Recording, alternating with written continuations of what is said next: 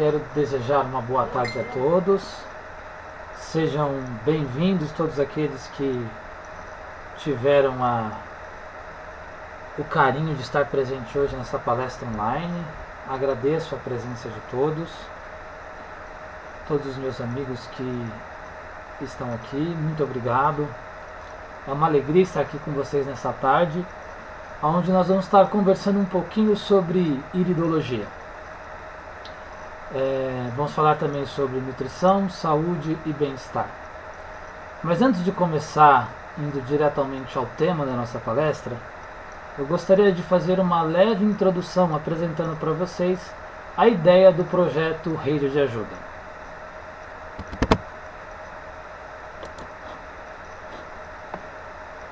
Rede de Ajuda nasceu com uma proposta de ajudar a encontrar a felicidade.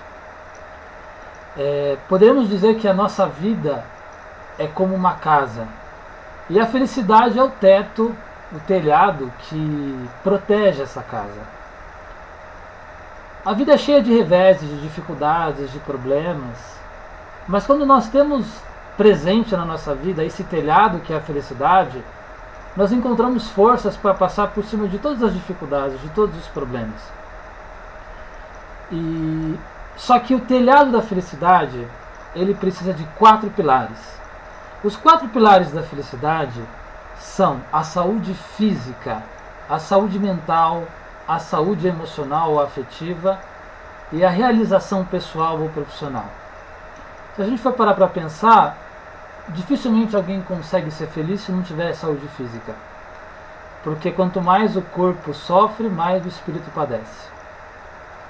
Na saúde mental nós podemos incluir aí vários transtornos que hoje são identificados, como a depressão, a síndrome do pânico, a ansiedade. Todos esses problemas de ordem mental também nos impedem de alcançar a felicidade. Saúde emocional, afetiva, também é muito importante no nosso dia a dia, porque dificilmente podemos imaginar feliz uma pessoa que não consegue se relacionar com os seus amigos, com os seus familiares, uma pessoa que está brigada com o pai, com a mãe, com o esposo, com os filhos, dificilmente se encontra feliz. Então, para ter felicidade, a saúde emocional é muito importante. E esse último item, que é a realização pessoal. Porque hoje, para que uma pessoa consiga ser feliz, ela precisa fazer algo que realize, algo que dê um sentido à sua vida. Pode ser o seu trabalho, pode ser um trabalho voluntário, até mesmo um hobby pode trazer realização. Todos esses 4 itens são muito importantes para que a gente consiga ter uma vida saudável e feliz. E vamos começar falando primeiramente da saúde física. Muitas doenças hoje estão relacionadas com a desnutrição. Podemos muitas vezes achar que uma pessoa desnutrida é aquela que se encontra muito abaixo do seu peso, mas não. Tanto as pessoas que estão acima do peso, as pessoas que estão abaixo do peso, ambas estão desnutridas. Qual que é a diferença? É como cada corpo reage à desnutrição. Quando uma pessoa encontra-se desnutrida, o seu corpo ele se encontra mais vulnerável ao aparecimento de várias doenças. Porque os nutrientes, as vitaminas, os minerais, eles são fundamentais para regular a função dos órgãos. Quando o nosso corpo fica carente dessas vitaminas, os nossos órgãos começam a funcionar de forma desregulada. E esse funcionamento desregulado dos órgãos, ao longo do tempo, vai causando as doenças. E como podemos saber que uma pessoa se encontra desnutrida? A desnutrição, ela pode estar relacionada com vários fatores. Há uma alimentação irregular, comer fora de hora, deixar de comer, não ter uma alimentação balanceada, comer muito de uma coisa, deixar de comer outras coisas, tudo isso vai contribuindo para que o nosso corpo vai ficando desnutrido. Outro problema muito comum que contribui para a desnutrição das pessoas é o fato de hoje os alimentos não terem o mesmo valor nutricional que tinha antigamente. Hoje aqui no Brasil, o nosso solo sofre de uma escassez muito grande, principalmente de minerais. Porque o Brasil não é um país que tem vulcões, e os vulcões eles ajudam a repor os minerais do solo. Então tem o agricultor, ele vai lá, planta banana na terra, aí ele planta 1 ano, 2 anos, 3 anos, 4 anos, 5 anos, 10 anos, a hora que a banana não nasce, ele vai lá, enche de fertilizante, aí nasce uma banana desnutrida. E quando você come essa banana, você também fica desnutrido. Então é muito importante nós pararmos para pensar nisso, no valor nutricional dos alimentos, que hoje já não é o mesmo valor nutricional que esses alimentos tinham há 40, 50 anos atrás. Outro problema muito comum que muitas pessoas sofrem é a hipocloridria estomacal, que nós vamos estar falando dela mais adiante, que é quando o estômago produz pouco ácido clorídrico, fazendo com que a digestão fique incompleta. A digestão incompleta vai fazer com que o nosso corpo não consiga retirar os micronutrientes do alimento que nós ingerimos. E aí o que acontece? A gente come a comida e os nutrientes vão embora nas fezes. Outro problema muito comum, que é a intoxicação intestinal. Quando o nosso intestino ele começa a acumular resíduos, ele vai se encontrando cada vez mais dificuldade para retirar os nutrientes da comida. Isso vai fazendo com que a gente vai ficando cada vez mais desnutrido. As doenças do século XX e do século XXI. Todas essas doenças, nós ouvimos muito falar delas no noticiário, na internet.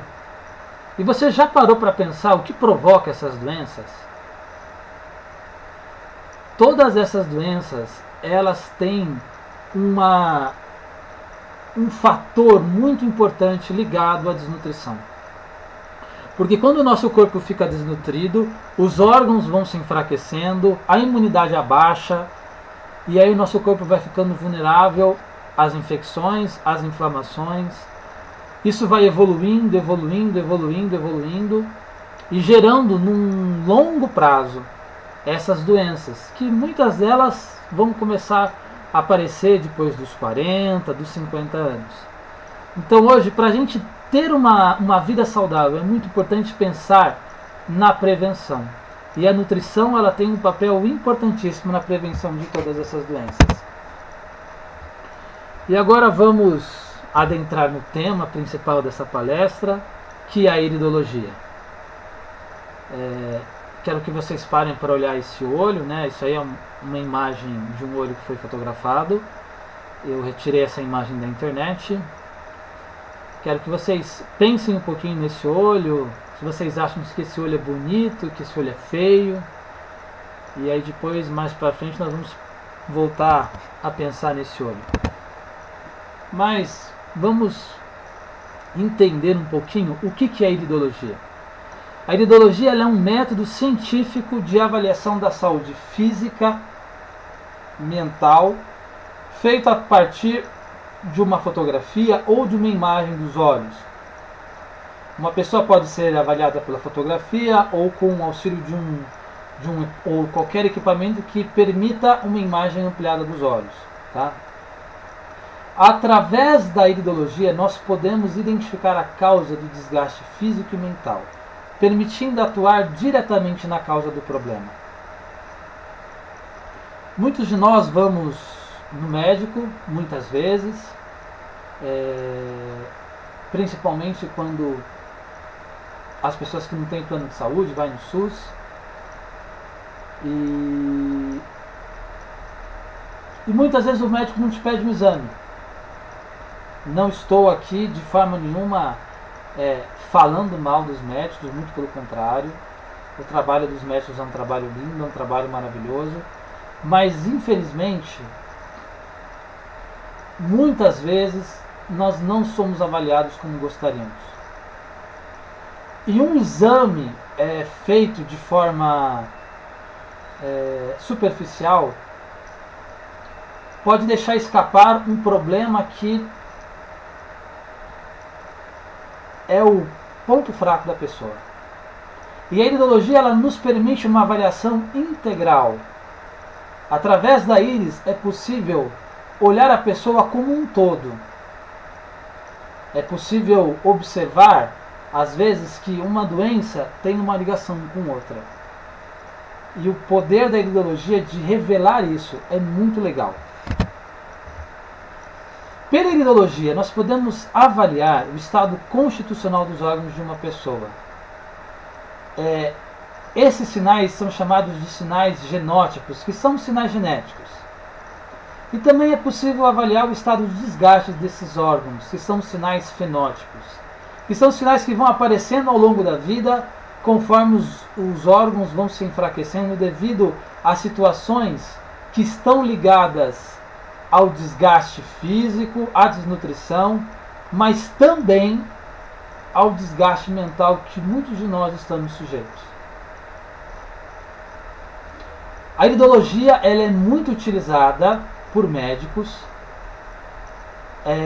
pelo mundo inteiro. Aqui no Brasil existem poucos médicos que conhecem essa ferramenta, mas a iridologia nos permite uma visão geral da pessoa. E ela é uma ferramenta maravilhosa, pois permite ao médico realizar o diagnóstico de doenças. Porém, é importante a gente entender que a iridologia ela não revela uma doença, mas ela revela aonde pode estar doente.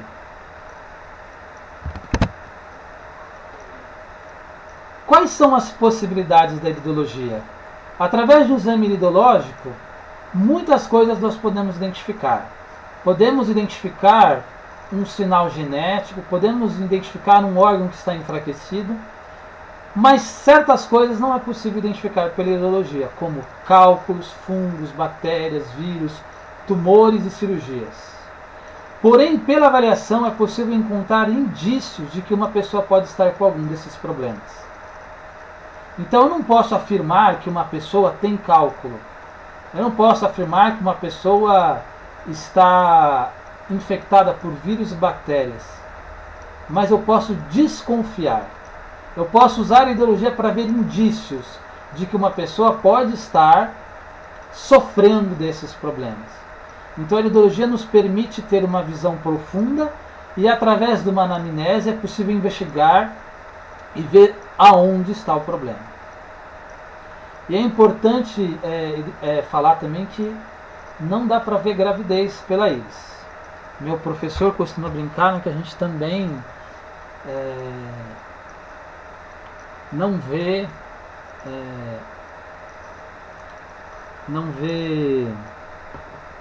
a conta bancária da pessoa. Ele brinca bastante.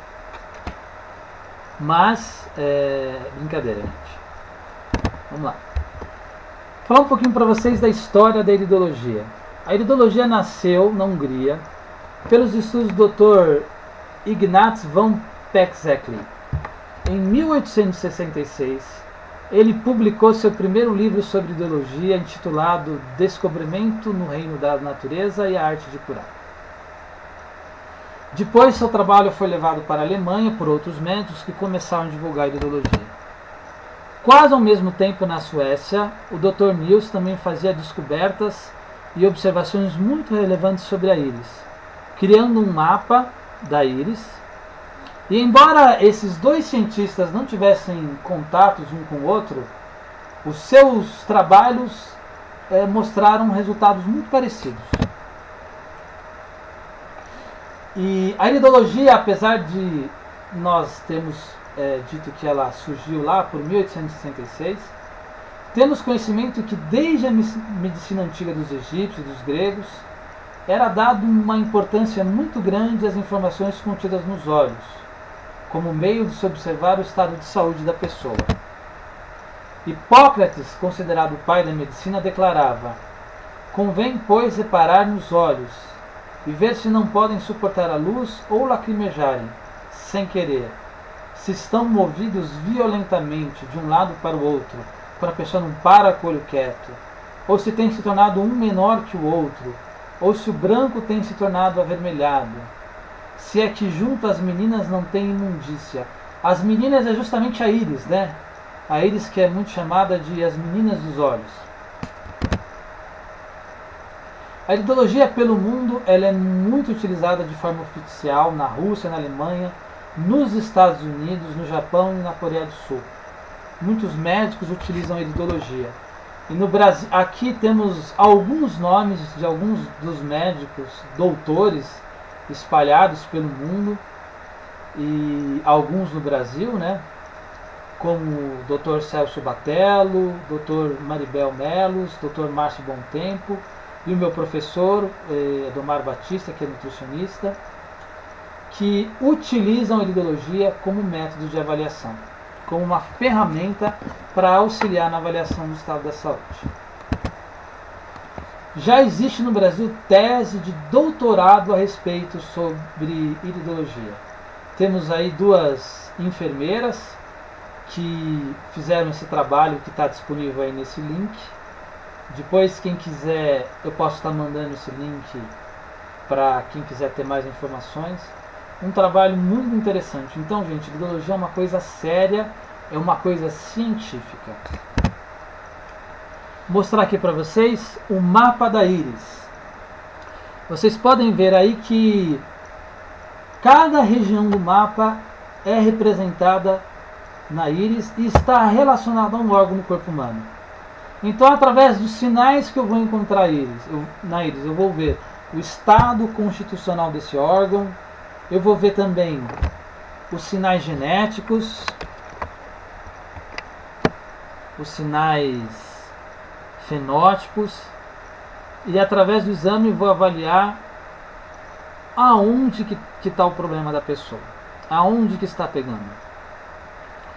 E recentemente temos os estudos da iridologia moderna. Vocês veem que aqui na parte de baixo do mapa tem uma legenda, né? Essa legenda aqui é um estudo que foi feito da iridologia moderna, que leva em consideração o desenvolvimento embriológico do feto. Então muitos sinais vão aparecer já durante a gestação, esses sinais que estão nessas bolinhas aqui. E através desses sinais é possível identificar problemas que foram adquiridos já desde o útero materno. Problemas que podem ter a sua origem genética ou podem estar relacionados também a fatores emocionais, tá certo? Só para a gente entender um pouquinho. A íris ela é dividida em duas grandes zonas. A área ciliar, que são essas regiões que ficam aqui do lado de fora, e a área pupilar, que é a região que fica ao redor da pupila, que é onde tem todos esses números. Essas duas zonas são divididas por uma estrutura chamada colarete. O colarete, na iridologia, ele vai representar a atividade do sistema nervoso autônomo. O sistema nervoso autônomo ele é responsável por controlar todas as funções que o nosso corpo realiza de forma automática. O que podemos dizer que é 95% no mínimo de tudo que acontece na nossa vida. Um exemplo simples. Se você fizesse um exercício mental agora e dissesse para o seu coração parar de bater, por mais que você tivesse vontade, se você realmente quisesse nesse momento morrer de infarto e pensasse e mandasse assim, meu coração pare de bater, gente, seu coração não vai parar de bater. Se você tentar ficar sem respirar, depois de um tempo, você não consegue. Então a respiração, os batimentos cardíacos, o funcionamento, se você comer uma comida e falar assim para o seu estômago, pare de fazer digestão, seu estômago não vai parar, ele vai continuar digerindo. Das funções autônomas do nosso corpo, há algumas que nós conseguimos ter um pouquinho de controle. É urinar e defecar. Porque quase todo o resto funciona de forma automática. E quem regula essas funções? O sistema nervoso autônomo. E através da íris é possível identificar a atividade do sistema nervoso autônomo. Então um órgão do nosso corpo ele pode estar muito enfraquecido, ele pode estar funcionando de forma incorreta, por quê?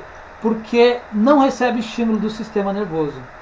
Então às vezes o problema não está no rim, não está no pâncreas, não está no fígado, o problema está na cabeça.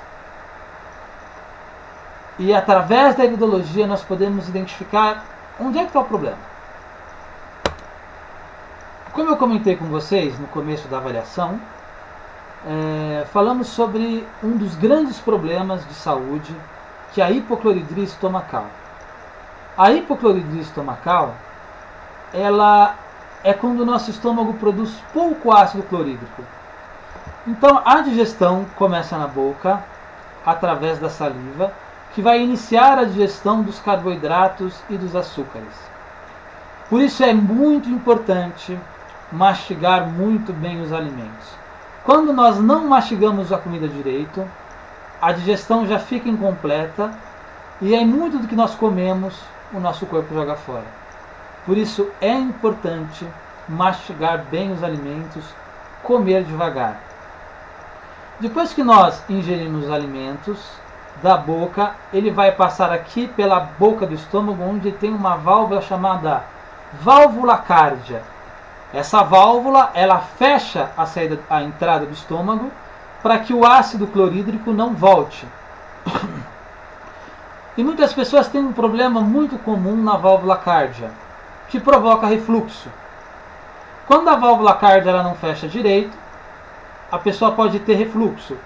E às vezes esse refluxo pode se manifestar como uma tossezinha persistente, que fica vindo e voltando.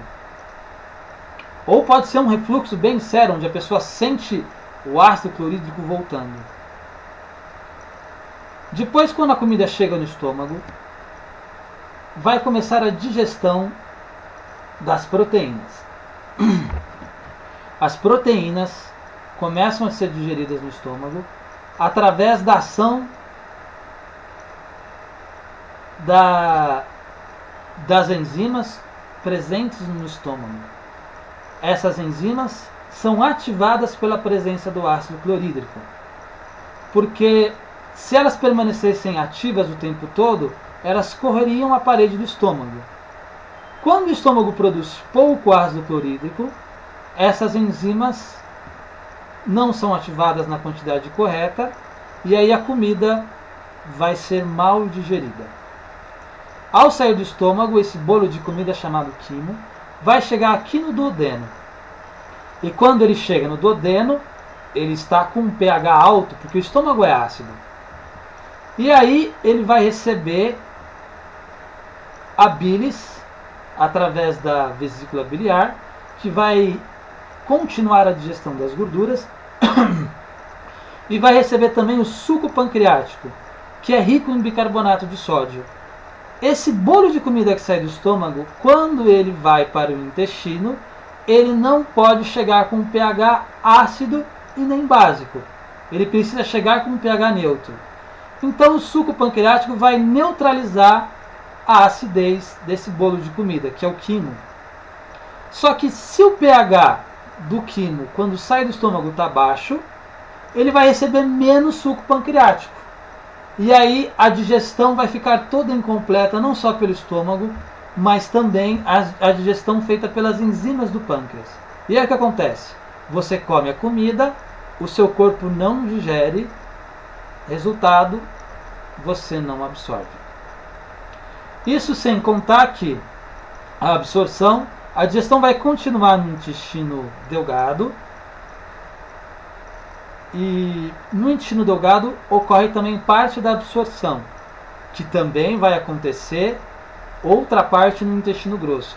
Quando os intestinos se encontram intoxicados, o que acontece?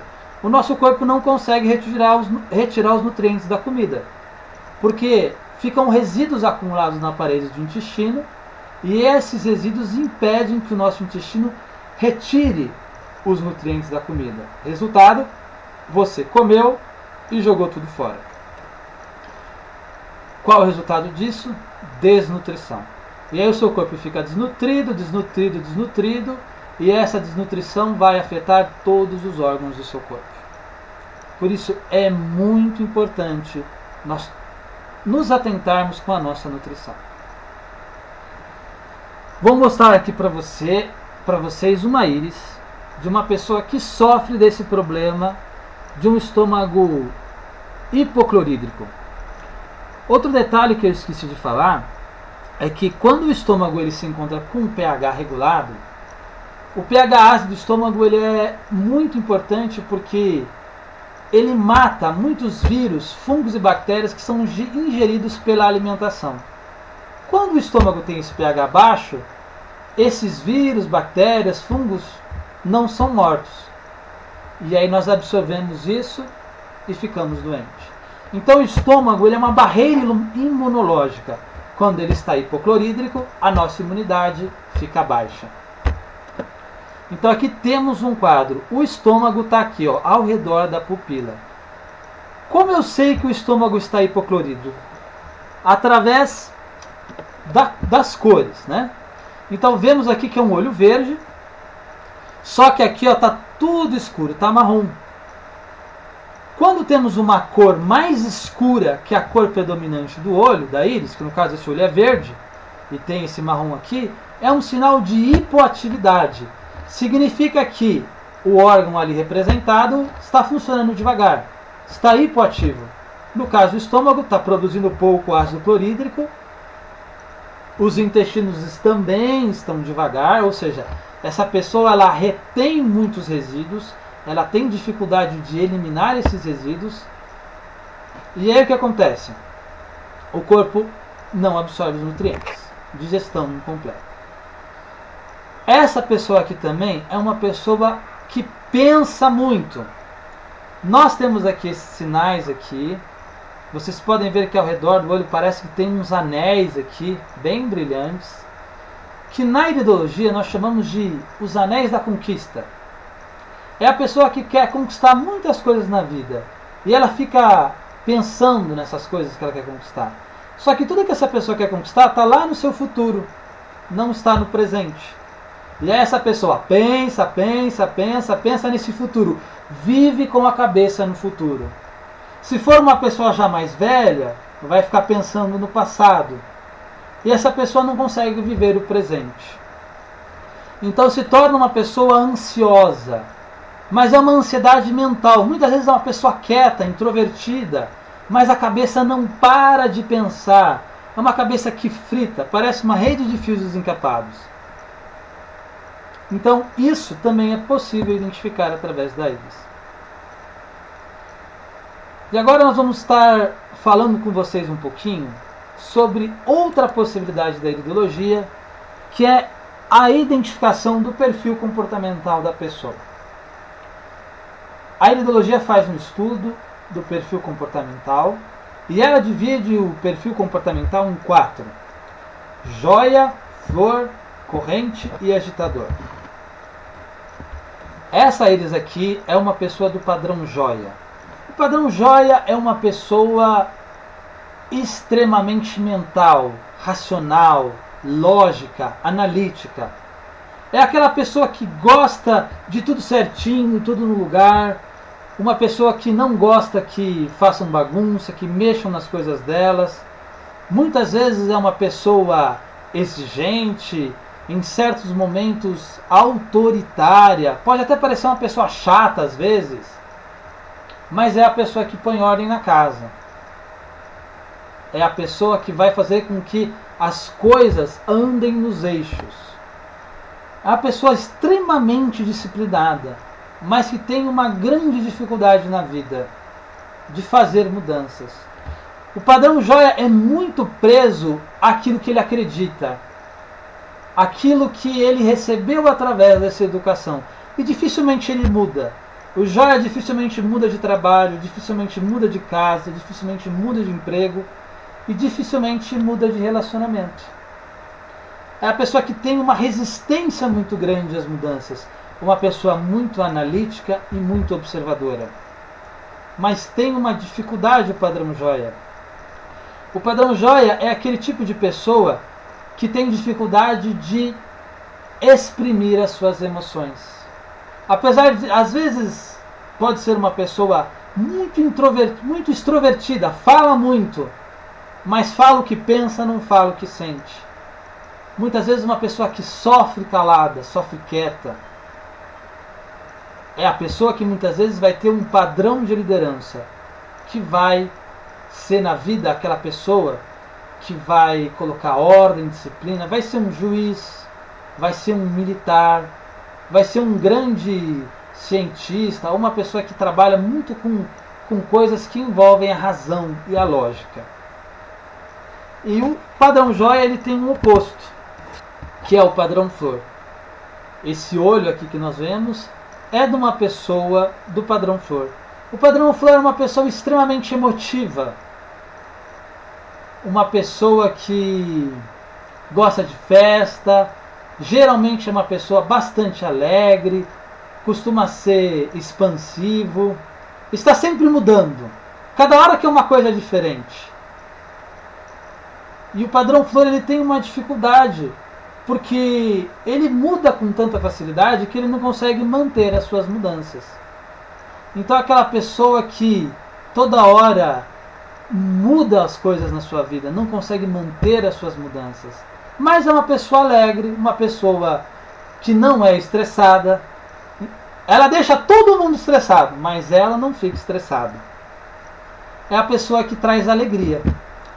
E dizem que os opostos se atraem, né? E geralmente o padrão joia atrai para a sua vida alguém do padrão flor. Porque a gente sempre busca no outro aquilo que a gente não tem. E o joia aprende com flor a ceder, porque o flor sabe ceder. O flor aprende com joia a ter disciplina, a ter ordem na sua vida. Aqui temos outro exemplo de uma pessoa que é do padrão flor. O padrão flor na íris, ele é identificado por estes sinais aqui, ó, que parecem pétalas de uma flor. Na íris anterior a gente vê que também tem muitos, mas são menores. Nesse aqui já tem bastante, mas são maiores. Esse aqui é uma pessoa que é bastante emotiva e ela tem um problema de diabetes muito grande, identificado através desses sinais aqui, ó, aqui. É uma pessoa que tem a imunidade muito baixa por causa desse sinal aqui escuro ao redor da pupila. Não dá para ver muito bem porque essa foto não ficou muito bem focada. E deste sinal que é chamado de rosário linfático, que mostra uma pessoa que tem uma imunidade muito baixa. É outro exemplo do padrão flor. E o padrão joia está lá no extremo, né? É o extremo da razão. Já o padrão flor é o extremo da emoção. E no meio desses dois extremos existe uma pessoa do equilíbrio, que é o padrão corrente. No caso, esse olho aqui é de uma pessoa que tem dois padrões. Ela tem o padrão corrente, mas também tem o padrão joia. Esse sinal aqui, ó, que parece um cabelinho escorridinho, é o sinal do padrão corrente. Então o padrão corrente é aquela pessoa que tem a razão e tem a emoção dentro de si de uma forma tão equilibrada que muitas vezes se torna uma pessoa insegura, porque ela não sabe qual voz ela escuta, se a voz da razão ou se a voz da emoção. O padrão corrente é aquela pessoa que é extremamente altruísta, gosta de ajudar as pessoas, faz tudo para ajudar as pessoas, mas é uma pessoa que muitas vezes faz tudo para chamar atenção. Às vezes ajuda as pessoas para chamar atenção, porque é uma pessoa carente de atenção. E o padrão corrente é aquela pessoa que tem na vida a missão de unir os dois extremos, a razão com a emoção. Mas no corrente, a razão e a emoção são tão equilibradas que muitas vezes se torna uma pessoa insegura. E essa insegurança faz com que muitas vezes a pessoa tenha dificuldade de realizar as suas coisas, de realizar as conquistas na vida, porque ela fica insegura, não sabe qual voz escuta, a voz da razão ou a voz da emoção. E assim como joia, tem o seu oposto, que é o flor. O oposto do padrão corrente é o último padrão, que a gente fala que é o padrão agitador. Esse aqui também é um padrão corrente, mas esse já é um corrente flor. Tem o sinal do correntinho do flor. E aqui nós temos um exemplo do padrão agitador. O agitador, ele é flor, tem o sinal aqui do flor, que são as pétalas, e tem o sinal do joia, que é essa mancha aqui, que nós chamamos de psoras. Então o agitador, ele é assim, razão e emoção. Mas ele oscila entre os dois extremos. Tem hora que o agitador, ele é o extremo da razão, e tem hora que ele vai ser o extremo da emoção. Tudo ou nada, 8 ou 80. É aquela pessoa que costuma ser muito extremista. E o padrão agitador, ele é justamente o oposto do padrão corrente. O padrão corrente é aquela pessoa que geralmente na vida vai ser um professor, um psicólogo, um terapeuta. Essa é aquela pessoa que vai fazer algum trabalho para ajudar as pessoas, até mesmo vai ser um prestador de serviços. O padrão flor vai ser aquela pessoa que vai trabalhar com beleza, com arte, às vezes com entretenimento. E o padrão agitador? O padrão agitador são aquelas pessoas que são empreendedoras. Aquelas pessoas que fazem as inovações, as descobertas, as transformações do mundo. No mundo de hoje nós vemos muitas estatísticas sobre empreendedorismo, né? E vemos que muitas pessoas, ao empreender, fracassam.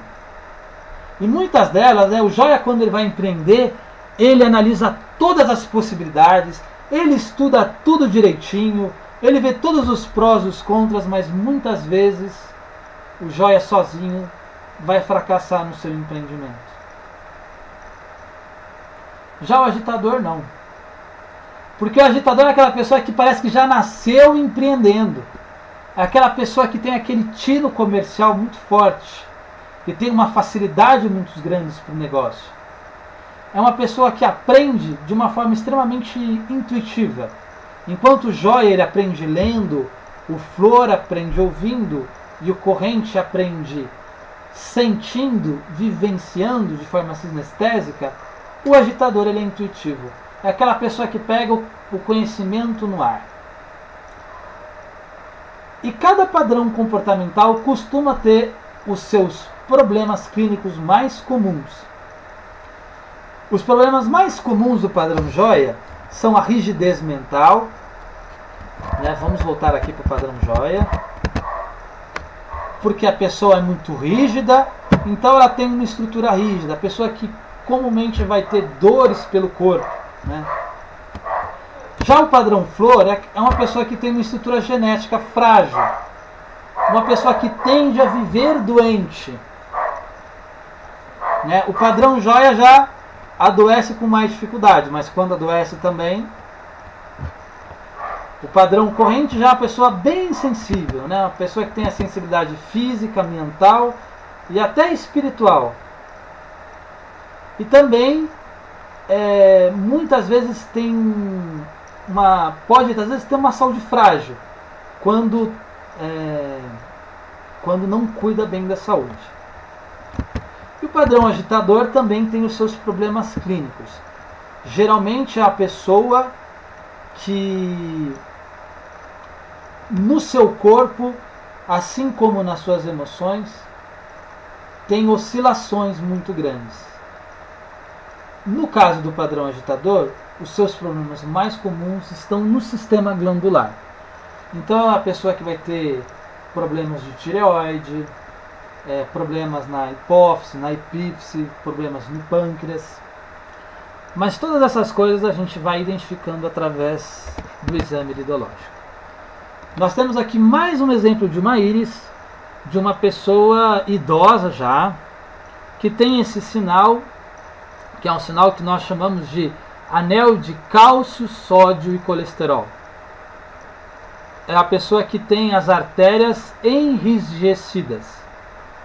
É um sinal que muitas vezes está relacionado a uma arteriosclerose. que é quando o nosso corpo começa a acumular cálcio nas artérias. E esse cálcio falta nos ossos. E é a pessoa que geralmente desenvolve osteoporose. E temos aqui esse sinal também, que é chamado de pterígio, que geralmente está relacionado com um problema muito sério de saúde, a gordura no fígado. Problemas que na medicina nós vamos chamar de esteatose hepática. Aqui temos o olho esquerdo dessa pessoa, né? Essa pessoa aqui também tem a parte da região central ao redor da pupila bem escurecida. É uma pessoa que tem um sistema gastrointestinal muito comprometido, muito lento. Mas tem uma estrutura boa, uma estrutura genética boa, mas não cuida. E agora, a iridologia ela tem uma relação muito grande com a nutrição. Nós temos aqui esse mapa, que é um mapa da íris, que mostra quais são os nutrientes que nós utilizamos para fortalecer os órgãos do corpo. Então, por exemplo, aqui nessa parte de cima, que é a região cerebral, nós temos as vitaminas do complexo B, vitamina C, vitamina E, vitamina E, os ácidos graxos essenciais, que hoje, né, a gente fala muito de ômega 3, que é um ácido graxo essencial. Temos aqui também na região dos intestinos vitamina A, vitamina C, vitamina D. Então, para vocês terem uma ideia, gente, a carência de uma vitamina, como por exemplo a vitamina C, provoca desequilíbrio em vários órgãos do nosso corpo. Então é muito importante a gente estar atento com a nutrição, ok? Vou estar falando aqui com vocês um pouquinho sobre o ômega 3. Hoje, a nossa alimentação tem tido um consumo muito excessivo de ômega 6 e um consumo muito pequeno de ômega 3. Esse desequilíbrio dos ômegas causam vários distúrbios como diabetes, obesidade, doenças crônicas, doenças cardiovasculares. E embora esses dois ácidos graxos essenciais eles sejam muito importantes, é necessário ter o equilíbrio. E hoje nós temos uma ingestão muito grande de ômega 3, de ômega 6. Porque nós comemos muito pouco verde, comemos muita carne, muita alimentação animal. O alimento animal ele tem uma quantidade muito grande de ômega 6 e pouco ômega 3. Já no vegetal é ao contrário. O vegetal tem mais ômega 3 e bem menos ômega 6. Então a gente precisa aprender a comer mais verde. Porque o verde ele é muito importante no nosso organismo. Não só pelos ômegas, mas também pela clorofila. A clorofila é uma substância encontrada nos produtos de origem vegetal e está relacionado com a coloração verde dos alimentos. Então os alimentos, quanto mais verdes, mais ricos em clorofila são. E a clorofila ela é algo maravilhoso. Ela é rica em antioxidantes. O consumo regular da clorofila ajuda a combater a ação dos radicais livres produzidos pela poluição, que vão provocar o envelhecimento da pele. E os radicais livres eles estão muito relacionados com a nossa má alimentação. Então a clorofila ela vai ajudar a limpar o nosso corpo dos radicais livres. Ela melhora a circulação sanguínea, melhora o funcionamento dos intestinos. Gente, a clorofila ela é fundamental para a limpeza dos intestinos. Pessoas que têm retenção intestinal muito grande, pessoas que muitas vezes são obesas, porque não sei se vocês sabem que existem 3 tipos de obeso. Aquele obeso que é obeso porque é ansioso, que come demais, o obeso que tem problema no sistema glandular e o obeso retentivo. É aquela pessoa que não elimina, tudo que ela come o corpo guarda, o corpo retém. E a clorofila ela é muito importante porque ela ajuda o nosso corpo a limpar. Então, gente, comam mais verde. O verde traz um benefício maravilhoso para o nosso corpo, tá ok? Outros benefícios da clorofila, como eu já falei lá, a regulação do intestino, ajuda no controle da diabetes, tem ação antibacteriana. Então, gente, comer verde é muito importante. E hoje nós temos um problema sério na nossa alimentação, que se come muito pouco verde. Nós temos um excesso de ingestão de proteínas, principalmente de origem animal, e o excesso de proteína animal vai causar, ao longo do tempo, né, a hipocloridria estomacal, porque o estômago vai sendo judiado, chega uma hora que ele se cansa. E o excesso de proteína também causa problemas como cálculo renal, gente.